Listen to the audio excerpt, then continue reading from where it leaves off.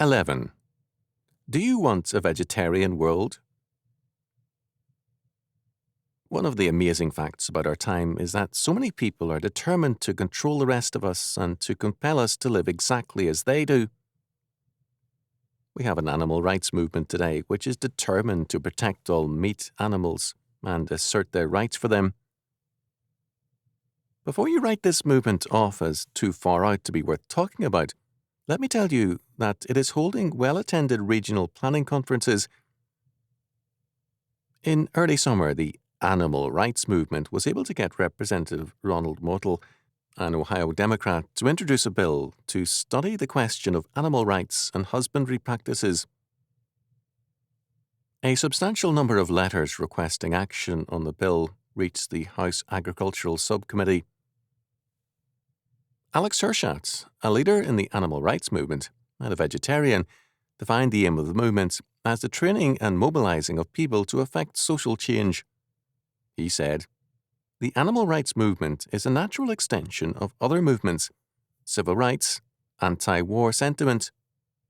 He charged that cows, calves, chickens, turkeys are raised under inhumane conditions on factory farms, and expressed as a goal the increase of vegetarianism.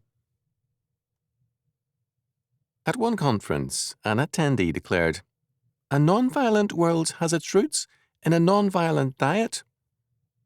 In other words, world peace will come through world vegetarianism. If this were true, India, with its vegetarianism, should have a history of peace, which is hardly the case.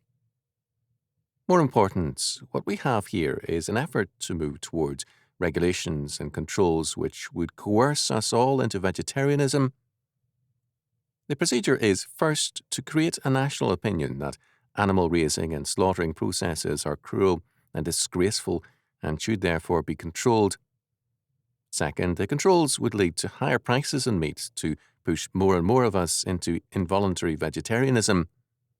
Third, in the name of animal rights, the next step may then be to ban the killing of food animals. Perhaps then we may get a vegetable rights movement and we would all be on a diet of hot air. I am for the freedom of these people to express their opinions and to convert others to vegetarianism. I am not in favor of their coercive tactics. Moreover, when freedom is used foolishly, it is then cheapened and begins to wane.